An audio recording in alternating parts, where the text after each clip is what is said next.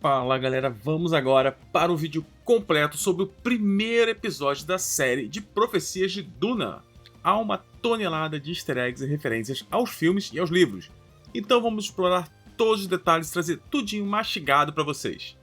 A série basicamente se passa 10 mil anos antes dos eventos dos filmes, logo após as Guerras das Máquinas, contando muita história de prelúdio que é detalhada nos livros, mas que nunca foi adaptada em live action antes. O título do episódio é A Mão Oculta, que é uma referência direta à Ordem Bene Gesserit, que tem como objetivo guiar o universo e as grandes casas rumo ao futuro melhor. Mas a visão delas de um futuro melhor é manipulada pelas sombras, de modo que ninguém perceba o que realmente estão fazendo.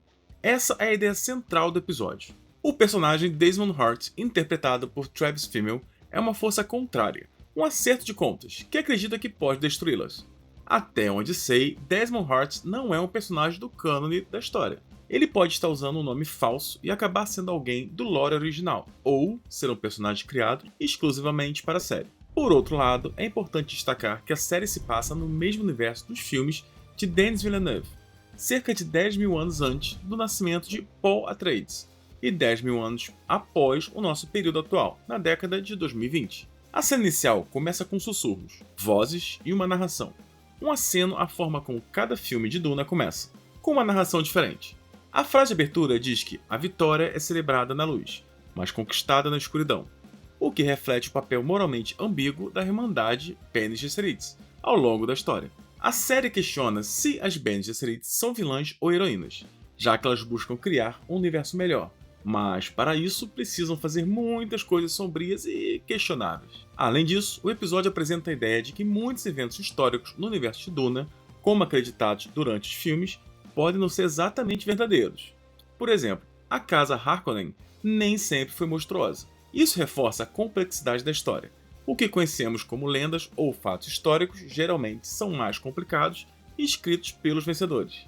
No caso do universo de Duna, as Bene Gesserit controlam a história por milhares de anos. Quando você ouve sussurros e vozes, eles representam as Bene Gesserit. Esses sussurros estão relacionados às habilidades que elas ganham ao consumir a água da vida, a bile dos jovens vermes da areia, para se tornarem reverendas mães. Se elas sobrevivem ao processo, ganham acesso às memórias genéticas de todas as suas ancestrais femininas, além de habilidades e conhecimentos acumulados. A diferença com Kwisatz Haderach, como Paul Atreides, é que ele, ao passar pelo mesmo processo, ganha acesso também às memórias dos ancestrais masculinos, além das femininas. Isso o torna capaz de atravessar espaço e tempo através de sua habilidade presciente, vendo futuros potenciais e, teoricamente, tornando-se todo-poderoso. Ele é chamado de Super Ser, pois pode encontrar o melhor caminho possível para a humanidade, algo que as Bene Gesserit desejam, mas também querem controlar. Há muita conversa nesse episódio sobre controlar o Imperador Corino, interpretada por Mark Strong, que você provavelmente reconhece em diversos papéis. Ele interpretou Carmine Falcone nos flashbacks de Batman Pinguim. A narração inicial questiona a diferença entre a verdade da história e a profecia. No entanto, a série explica que elas não criaram a Ordem do Zero. A Bene Gesserit já existia de alguma forma, mas elas a transformaram no que viria a ser conhecido, incluindo o programa de reprodução para criar o Kwisatz Haderach. O interessante é que esse programa de reprodução demora milhares de anos para gerar resultados, e as coisas acabam saindo do controle quando Paul Atreides nasce, já que ele não era para ter nascido naquele momento. Isso é onde a narrativa começa a se misturar com profecias. Durante o episódio, há muitas referências a profecias, mas o termo Kwisatz Haderach não é mencionado diretamente. O foco está nas ideias de futuro potencial e no programa de reprodução, que é a base para alcançar esse futuro. Hackney narra brevemente as Guerras das Máquinas, um conflito onde os humanos lutaram contra as máquinas de IA que tentavam controlar o universo. A série poderia facilmente dedicar um filme ou uma temporada inteira a essas guerras, mas elas foram apenas mencionadas aqui, provavelmente por questões de orçamentos, já que as cenas de batalha em grande escala são caras para uma série de TV. No cânone de Duna, cerca de 10 mil anos no futuro, em relação ao nosso tempo, as máquinas de inteligência artificial se tornam tão avançadas que a humanidade começa a depender delas para praticamente tudo: pensar, planejar e executar tarefas. Isso transforma a sociedade humana em algo mais voltado ao lazer e complacência, mas as máquinas acabam tentando tomar o controle, resultando em uma situação ao estilo Skynet de Exterminador do Futuro, onde a IA tenta dominar a humanidade. A cena inicial, que retrata essas batalhas com as máquinas, lembra bastante o início de Exterminador do Futuro 2, com os humanos enfrentando as máquinas. Essas guerras culminam com algumas grandes casas, lideradas pela Casa Atreides, derrotando as máquinas. Isso leva à coroação de imperador da Casa Corrino do planeta Salusa Secundus, além da formação do Landsraad, uma aliança política entre as grandes casas. E também durante esse período que começa a disputa de sangue entre as casas Atreides e Harkonnen. Segundo o episódio, a Casa Harkonnen foi acusada de traição durante as Guerras das Máquinas, especificamente de abandonar suas responsabilidades. A Casa Atreides liderou as acusações contra eles, e as outras grandes casas ignoraram. Isso resultou em um juramento de vingança por parte dos Harkonnen, que duraria milhares de anos. No entanto, o episódio sugere que as acusações contra os Harkonnen eram falsas, o que adiciona mais nuances à rivalidade entre as duas casas. Após o fim da guerra, algumas mudanças fundamentais ocorreram no universo de Duna. A coroação do Imperador Corrino. Ele é um ancestral do atual Imperador Corrino da série. O avô do atual Imperador foi o primeiro a assumir o trono do planeta Salusa Secundus. A criação da Guilda Espacial. A guilda começou a usar a especiaria para navegar pelo espaço, adquirindo um monopólio no transporte e na navegação interestelar, essencial para a sobrevivência econômica do Império. A formação de Xuan, uma organização que controla e organiza todo o comércio do universo, tornando-se o braço econômico do Império. A fundação oficial da Bene Gesserit. A Irmandade nasceu das antigas, verdadeiras videntes, que lutaram nas Guerras das Máquinas. A habilidade de dizer a verdade foi uma das primeiras técnicas que elas treinaram, permitindo que detectassem se alguém estava mentindo, algo altamente valioso politicamente. O episódio também revela que os Harkonnen foram exilados em um planeta distante, provavelmente Geald Prime, que deve aparecer mais tarde na série. O atual Barão Harkonnen menciona querer entrar no comércio de baleias, em particular na coleta de esperma de baleias, que aparentemente é extremamente lucrativo. Essa ideia é apresentada como uma das partes mais cômicas do episódio, especialmente quando o Imperador abandona a conversa no momento em que esse tal comércio é mencionado. É um comércio meio estranho. Há também uma explicação de como as Bene Gesserit começaram a se infiltrar nas grandes casas. Elas usaram suas habilidades como uma vantagem política. Descobrir se alguém estava mentindo tornou-se essencial para negociações e alianças, e sobre o caminho para o programa genético de reprodução, que eventualmente levou à criação do Kwisatz Haderach. Quando a história avança para o presente da série, vemos as Bene Gesserit começando a orquestrar um casamento político entre a princesa da Casa Corrino e o filho de outra grande casa. O episódio está cheio de momentos que remetem diretamente aos filmes de Duna, com uma biblioteca genética, da Bene Gesserit, que é mencionada e aparece rapidamente no trailer. Provavelmente veremos mais dela nos próximos episódios. Outro ponto interessante é o conflito interno entre as diferentes facções da Bene Gesserit, algo que não foi explorado em detalhes nos filmes. A Mãe Superiora morre no episódio, o que gera uma disputa de poder dentro da Ordem. Valia Harkonnen, uma das líderes, é nomeada como a próxima Reverenda Mãe. Sua irmã, Tula, também desempenha um papel importante nesse conflito. Antes de morrer, a Mãe Superiora tem visões apocalípticas que ela chama de a Redenção Tirana, ou o Juízo Final, referindo-se a uma batalha no fim do universo que destruirá tudo. Essa visão é comparada ao conceito de Dargo Dagorath, na mitologia de Tolkien, uma batalha final que marcará o fim dos tempos. A Mãe Superiora acredita que o programa de Kwisatz Haderach é a chave para evitar essa destruição, guiando a humanidade pelo caminho dourado. Durante suas visões, ela também vê Arrax, o grande verme Shai-Hulud. Essas visões são uma referência ao que acontece quando Paul Atreides assume seu poder total e começa a desmantelar a Ordem. Então descobrimos que a carne queimada é do garoto no final do episódio, e da irmã Bene Gesserit, que é queimada ao mesmo tempo do outro lado do universo. Não se preocupe, vamos detalhar isso mais adiante. O personagem de Travis Fimmel, Desmond Hart, aparece com sangue escorrendo, provavelmente o sangue de Dorotheia, após Valia matá-la.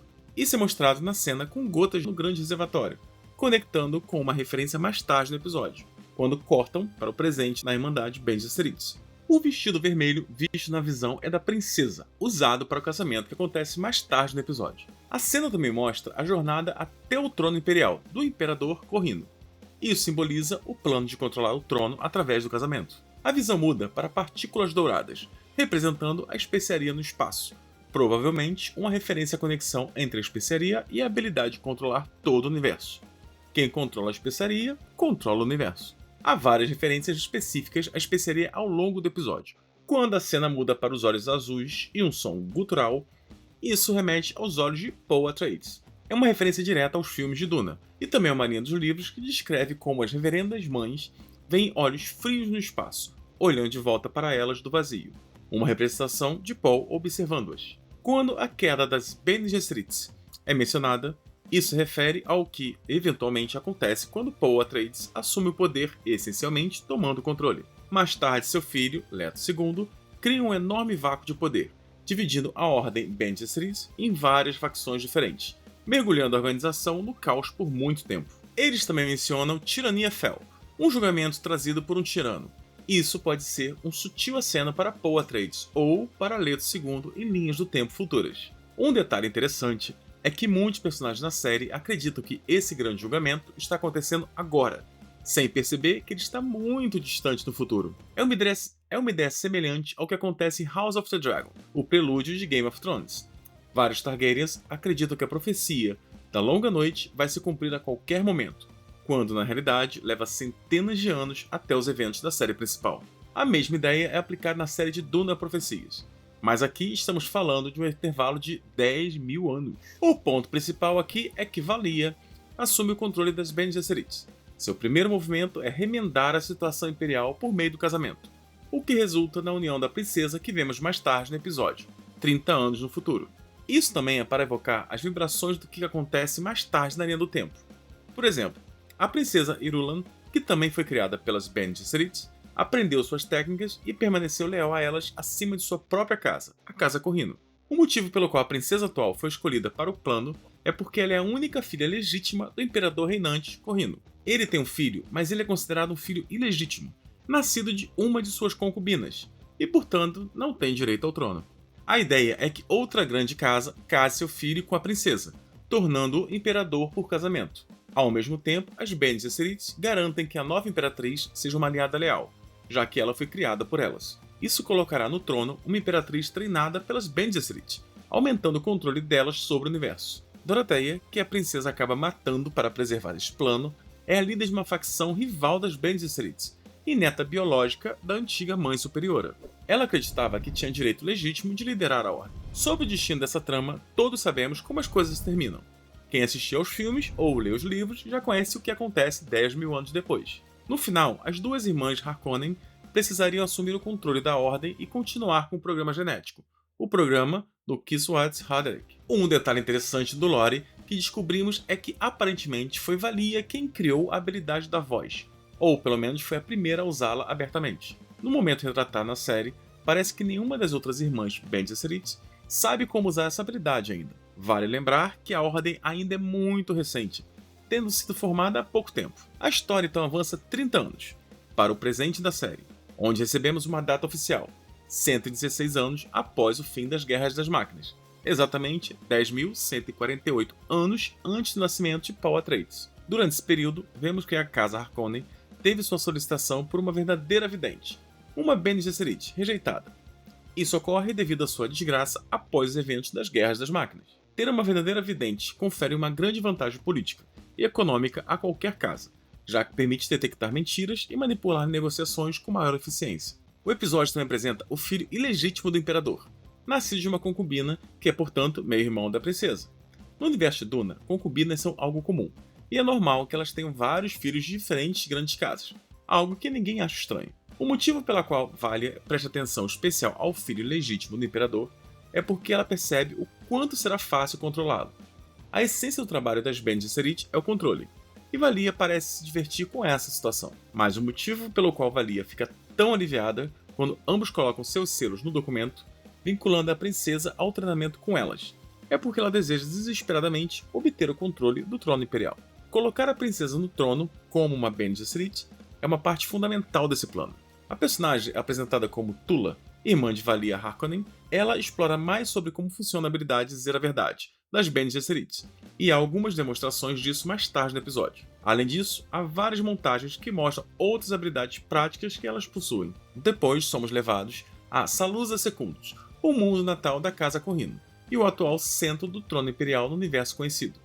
A princesa mencionada, que está treinando, é quem vemos interagindo com Kieran Atreides. A interação entre eles remete muito às vibes dos filmes originais de Duna, especialmente com a forma como o filme começa com Paul lutando contra Gurney. Há também paralelos com o relacionamento entre a princesa e Paul Atreides na linha do tempo futuro. A diferença aqui é que Kieran e a princesa parecem estar realmente interessados um no outro, enquanto na linha do tempo futura, Paul nunca teve relacionamento físico com Irulan.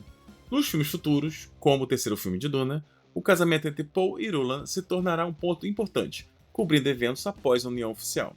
Durante esse primeiro episódio, eles não entram muito nos detalhes sobre o que está acontecendo com a Casa Atreides.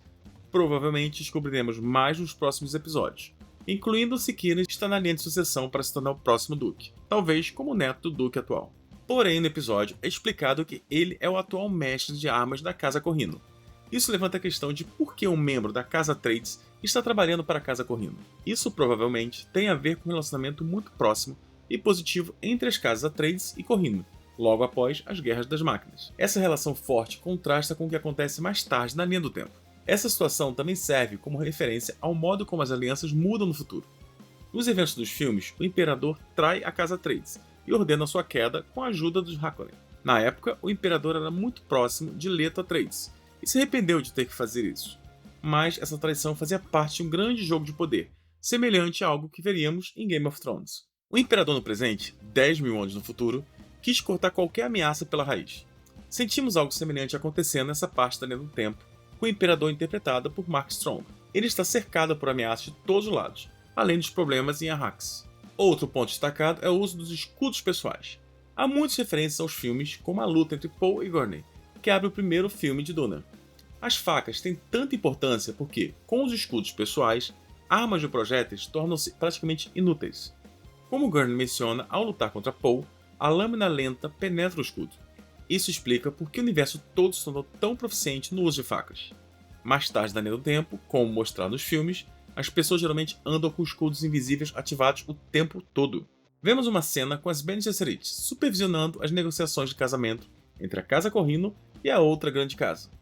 Um dos presentes mencionados são naves-mães, que ajudarão enormemente o Imperador em Arrakis com o comércio de especiarias. A ameaça principal aqui é que se o fluxo das especiarias não for controlado, as grandes casas no Landshards podem se rebelar contra ele. Os problemas em Arrakis incluem os Fremen, que lutam contra qualquer um que tenta controlar o planeta ou o comércio de especiarias, além dos vermes da areia, que destroem equipamentos quase diariamente. Como mencionado, a especiaria precisa fluir. Eles usam muitas cenas para demonstrar as habilidades das Bene Gesserit durante negociações, onde parece ser uma simples negociação conduzida pelo Imperador, na verdade, controlado pelas Bene Gesserit nos bastidores. Há uma montagem de treinamento que remete ao treinamento dos Sardaukar, como artes marciais na chuva. A crença geral é que o treinamento dos Sardaukar é o mais brutal do universo. Um momento específico mostra o treinamento da habilidade de dizer a verdade. Uma jovem menciona ter matado os pais, mas tenta fingir que estava mentindo.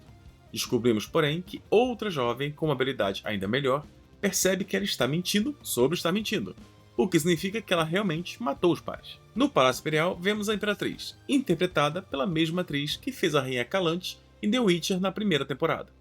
Ela menciona que seu véu pertencia à sua mãe antes dela, vinda dos andarilhos de Harmontep, que são canonicamente os ancestrais dos Fremen de Arrakis. Isso faz parte do plano de longo prazo das Bene Gesserit. Tudo converge para Arrakis e a especiaria.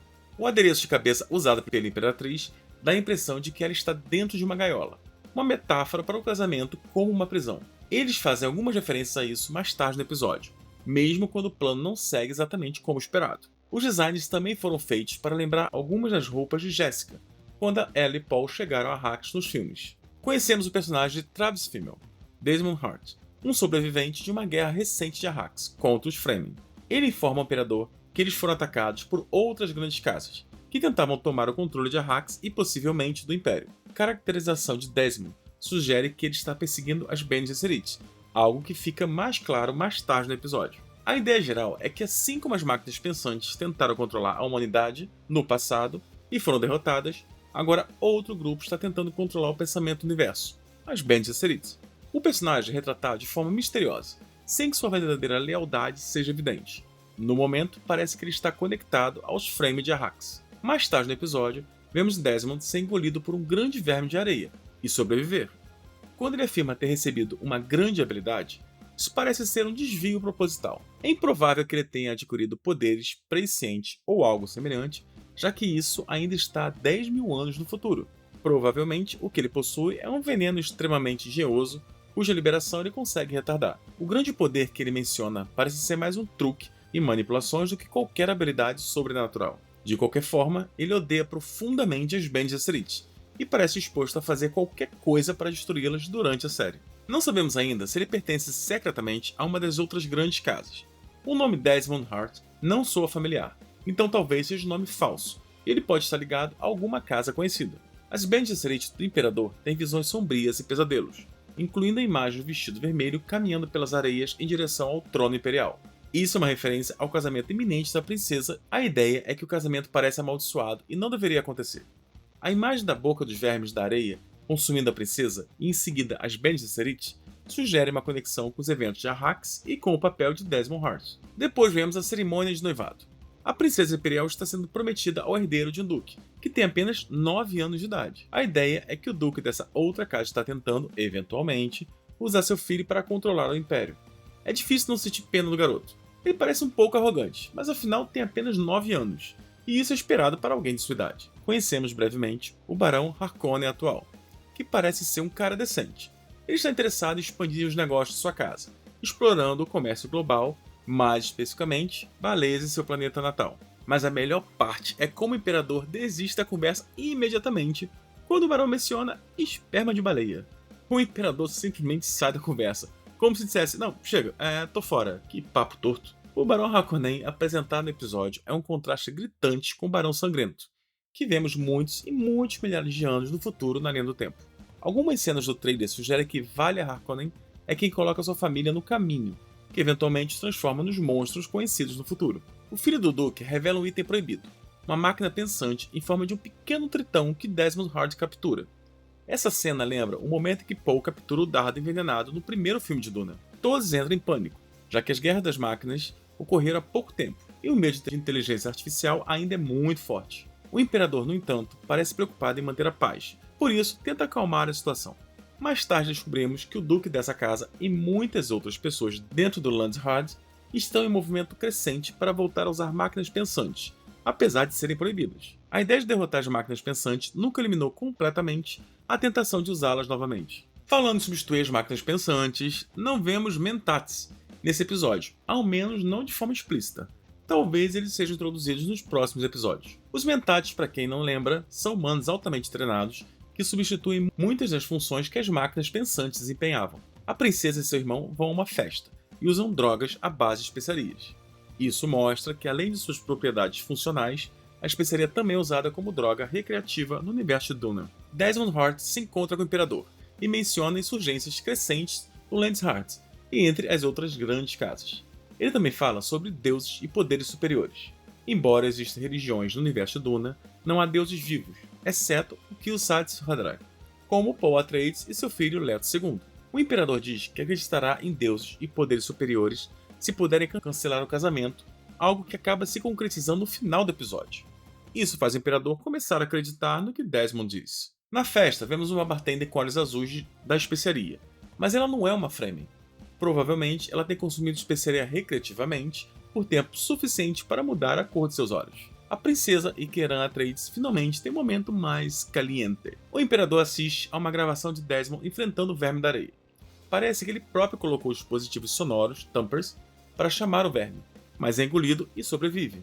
Isso faz o Imperador começar a acreditar que forças maiores estão em jogo, como Desmond sugere. Desmond se encontra com o filho do Duque e faz um discurso sobre a Guerra Invisível.